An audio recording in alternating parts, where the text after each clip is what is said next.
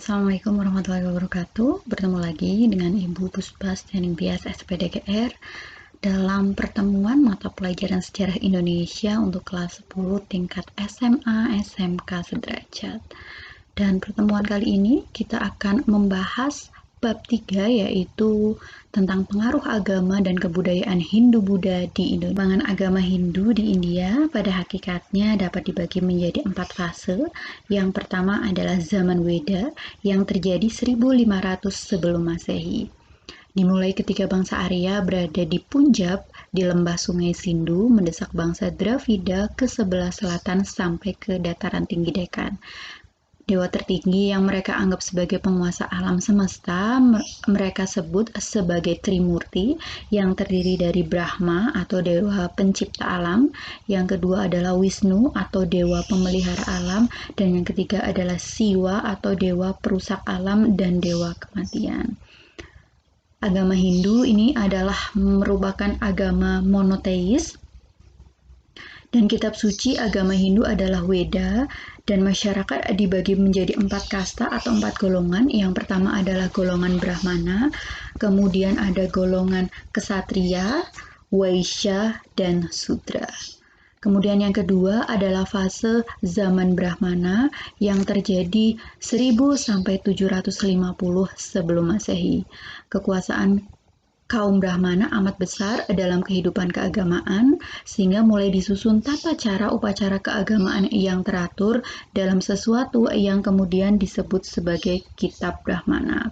Jadi di zaman Brahmana ini ada kitab Brahmana dan juga Weda yang dijadikan sebagai pedoman penyusunan tata cara upacara agama. Ketiga adalah zaman Upanishad yang terjadi 750 sampai 500 sebelum Masehi.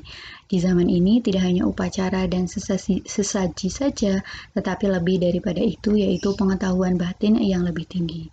Jadi di zaman ini bukan hanya dilakukan upacara yang dipimpin oleh kaum Brahmana, tapi bahwa di zaman ini sudah ada pengetahuan bahwa agama itu bukan hanya mengenai beribadah saja, namun juga mengenai kehidupan sosial yang berkaitan dengan manusia yang lain.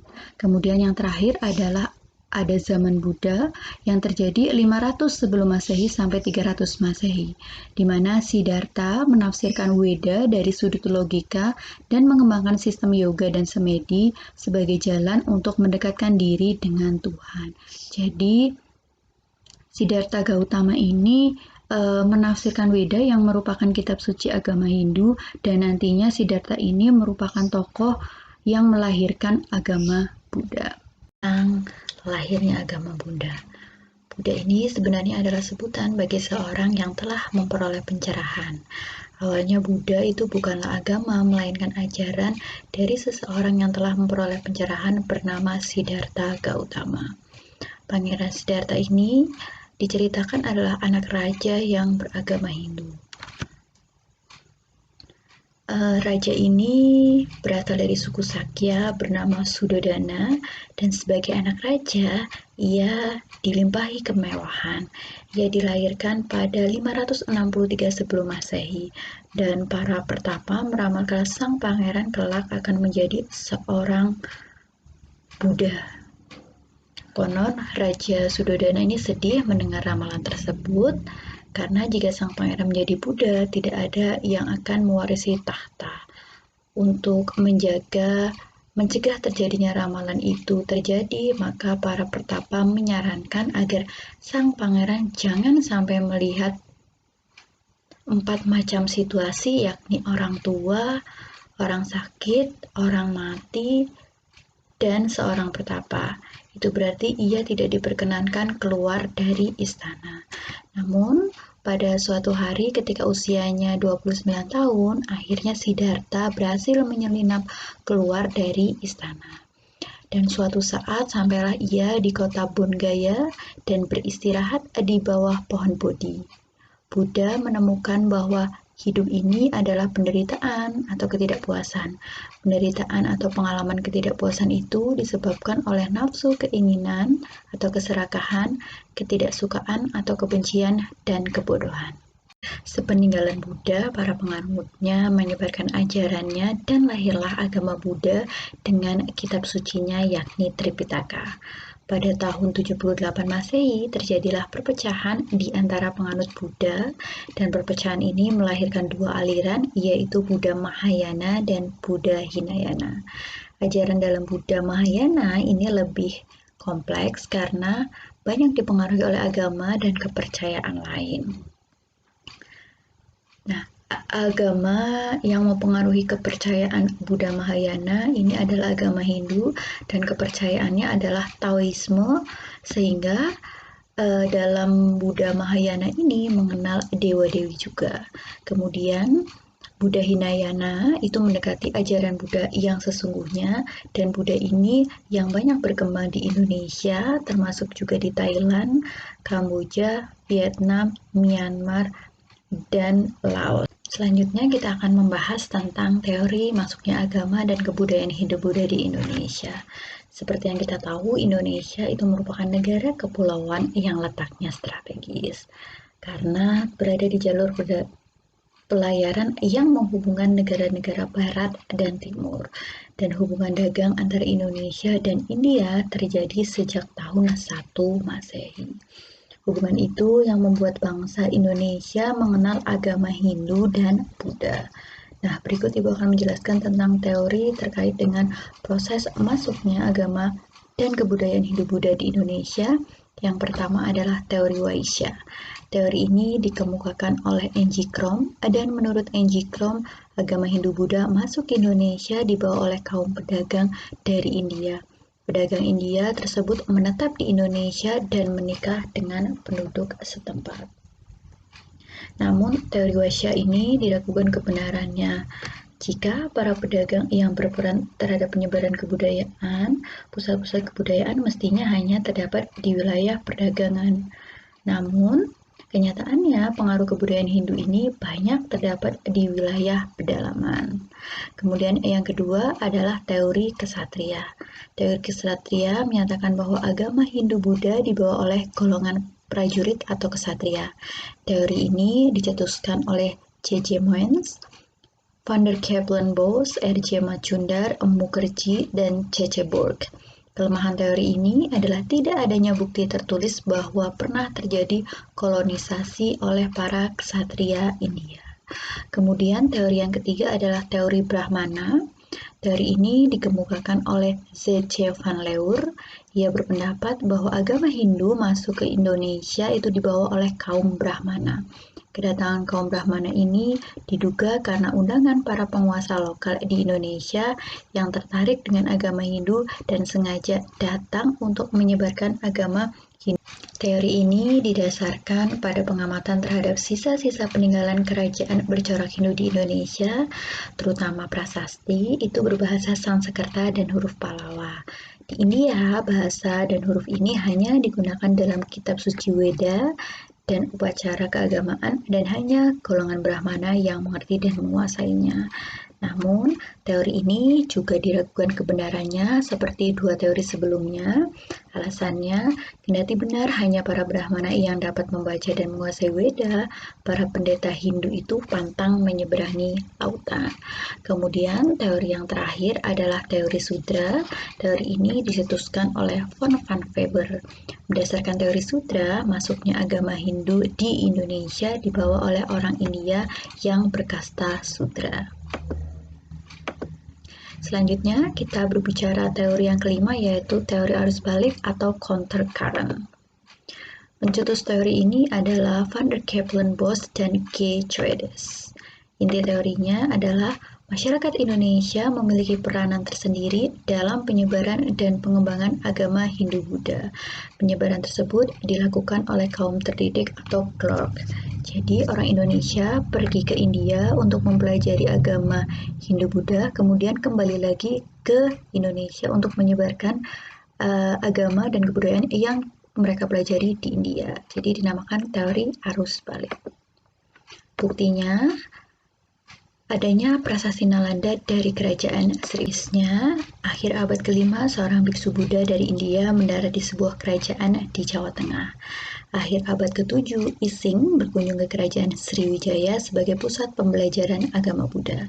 Pertengahan abad ke-8, dinasti Sailendra membangun Candi Borobudur yang selesai dibangun awal abad ke-9. Sumber-sumber kedatangan agama Hindu-Buddha di Indonesia.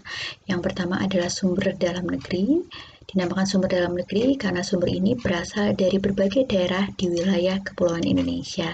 Contohnya yang pertama adalah Yupa, peninggalan kerajaan Kutai, Prasasti Ciaroteun, peninggalan kerajaan Tarumanegara, dan Prasasti Canggal, peninggalan kerajaan Mataram kuno. Selanjutnya, sumber dari luar negeri. Yang pertama dari Tiongkok berupa kronik-kronik Tiongkok, catatan Fahin, dan catatan perjalanan Ising. Dari Arab, catatan saudagar Arab, buku karya Raihan al-Biruni. Dari Vietnam, kronik Vietnam dari abad 8 Masehi, catatan dari Champa pada abad 8 Masehi. Yang terakhir dari Yunani, yaitu tulisan karya Claudius Ptolemeus. Selanjutnya, kita akan bicarakan tentang jalur masuk agama Hindu-Buddha. Yang pertama adalah jalur darat atau jalur sutra, dalam bahasa Inggris yaitu Silk Road. Yang kedua adalah jalur laut. Jalur sutra atau jalur darat, rute dari jalur sutra utara, diawali dari India ke Tibet, terus ke utara, sampai ke Tiongkok, dilanjutkan ke Korea, sampai ke Jepang. Kemudian rute jalur sutra selatan dari India Utara ke Bangladesh, ke Myanmar, ke Thailand, ke Semenanjung Malaya, dan sampailah di Indonesia. Untuk jalur lautnya, ini mengikuti rombongan kapal pedagang yang biasa berlayar di jalur India ke Tiongkok. Rutenya dari India ke Myanmar, ke Thailand, yaitu Semenanjung Malaya, sampailah di Indonesia. Selanjutnya, kita akan membicarakan tentang kerajaan-kerajaan Hindu-Buddha di Indonesia secara garis besar. Yang pertama ada Kerajaan Kutai, bercorak Hindu, berdiri di abad keempat, letaknya di Kutai, Kalimantan Timur, dengan rajanya yang terkenal Mulawarman. Yang kedua, Tarumanegara, coraknya Hindu, berdiri di abad ke-5, letaknya di Jawa Barat, dengan raja yang terkenal Purnawarman. Yang ketiga, Kerajaan Pajajaran atau Sunda, coraknya Hindu, abad ke-7 dan ke-16, terletak di Bogor, Jawa Barat, dengan raja yang terkenal Sri Baduga Maharaja. Yang keempat, Kerajaan Melayu, coraknya Buddha, berdiri di abad ke-7 sampai abad ke-14, terletak di Jambi dengan raja yang terkenal St. Mauli Warmadewa dan Aditya Warman. Yang kelima ada Kerajaan Kalingga, coraknya Buddha, berdiri di abad ke-7, terletak di Blora dan Cepu, Jawa Tengah, dengan raja yang terkenal Ratu Sima. Yang keenam ada Sriwijaya, agamanya Buddha, berdiri di abad ke-7 sampai 15, terletak di Muara Takus, Riau, dan Palembang, dengan raja yang terkenal Damputahyang, Dharmasetu, dan Balaputra Dewa. Selanjutnya yang ketujuh ada Kerajaan Mataram, coraknya agama Hindu ketika dikuasai dinasti Sanjaya, agama Hindu-Buddha ketika dikuasai dinasti Sailendra, dan kembali lagi ke agama Hindu ketika dikuasai Rakai Pikatan dari dinasti Sanjaya. Berdiri di abad ke-8, letaknya di pedalaman Jawa Tengah di sekitar daerah yang banyak dialiri sungai seperti Progo, Bogowonto, dan Bengawan Solo, dan raja yang terkenal adalah Sanjaya, Rakai Panangkaran, Samaratungga, dan Rakai Pikatan. Kemudian yang ketiga ada Kerajaan Medang Kamulan, bercorak Hindu, berdiri di abad ke-7, terletak di Jawa Tengah dan Jawa Timur, dekat Jombang, tepi Sungai Brantas, dengan raja yang terkenal yaitu Empu Sindok, Dharma Wangsa, dan Airlangga. Kerajaan yang ke-9, Kediri, coraknya Hindu, berdiri di abad ke-11 sampai 13, tahun 1042 sampai 1222, terletak di Kediri, Jawa Timur, dengan raja yang terkenal Jayabaya dan Kertajaya. Ke-10, Kerajaan Singosari, coraknya Hindu, berdiri di abad ke-13, terletak di Singosari, Malang, Jawa Timur, dengan raja yang terkenal Ken Arok, Ranggawuni, Kertanegara, dan Jayakatwang. 11, Kerajaan Majapahit, coraknya Hindu, Berdiri di abad ke-13 sampai 15, terletak di Trowulan, Jawa Timur, dengan raja yang terkenal Raden Wijaya dan Hayam Wuruk. Dan yang terakhir, ke-12, Kerajaan Bali, coraknya agama Hindu, berdiri di abad ke-9, terletak di Bali tentunya, dengan raja yang terkenal Dharma Udayana Warma. Selanjutnya kita akan membahas tentang Kerajaan Kutai yang berdiri di abad ke-4 sampai 9 Masehi. Kerajaan Kutai ini buktinya adalah dengan adanya 7 buah yupa yang menjadi bukti keberadaan Kerajaan Kutai. Kutai ini bisa dilihat dalam peta, ini terletak di yang berwarna hijau ini, dengan raja pertamanya yaitu Kudungga, pendiri dinastinya yaitu Aswawarman, puncak kejayaannya yaitu Mulawarman, dan akhir kerajaan pada saat dipimpin oleh Maharaja Dharmasatya. Di kerajaan Kutai ini diceritakan bahwa Mulawarman dicatat dalam yupa karena kedermawanannya menyedekahkan 20.000 ekor sapi kepada kaum Brahmana. Bisa diketahui bahwa kaum Brahmana itu adalah para pemuka agama. Di kerajaan Kutai, agama Hindu Siwa berkembang menjadi agama resmi kerajaan. Berarti agama Hindu ini menyembah dewa Siwa. Perkembangannya tersebut dibuktikan dengan adanya tempat suci bernama Waprakeswara. Kebudayaan Hindu di kerajaan Kutai juga mengalami proses akulturasi dengan kebudayaan lokal yang terlihat dari keberadaan yupa pada setiap upacara kurban. Jadi ternyata kehidupan agama Hindu itu mengalami proses percampuran dengan kebudayaan lokal atau proses akulturasi. Pada masa kerajaan ini mulai dikenal kebiasaan menulis di atas batu. Jadi di masa kerajaan Hindu Bunda ini adalah tanda di mana berakhirnya masa praaksara atau masa sebelum mengenal tulisan, karena di masa kerajaan-kerajaan ini sudah mengenal tulisan. Kerajaan kedua yang bercorak Hindu tertua juga yang berdiri di abad ke-5 dan sampai ke-6 Masehi yaitu Kerajaan Tarumanegara. Bukti adanya kerajaan ini yaitu ditemukannya prasasti Ceruteun, kebun kopi, jambu, tugu, pasir awi, muara Cianten, dan lebak. Selain itu juga keberadaan Kerajaan Tarumanegara itu karena adanya berita Tiongkok dari tokoh Fahim. Nah, dalam tayangan sudah ada gambar sebelah kiri ini, itu adalah prasasti Ciaruteun yang di dalamnya bisa dilihat di sini terdapat telapak kaki Raja Purnawarman yang melambangkan penjelmaan Dewa Wisnu. Berdasarkan prasasti Ciaruteun, Raja Purnawarman ini berhasil membawa Tarumanegara ke puncak kejayaan.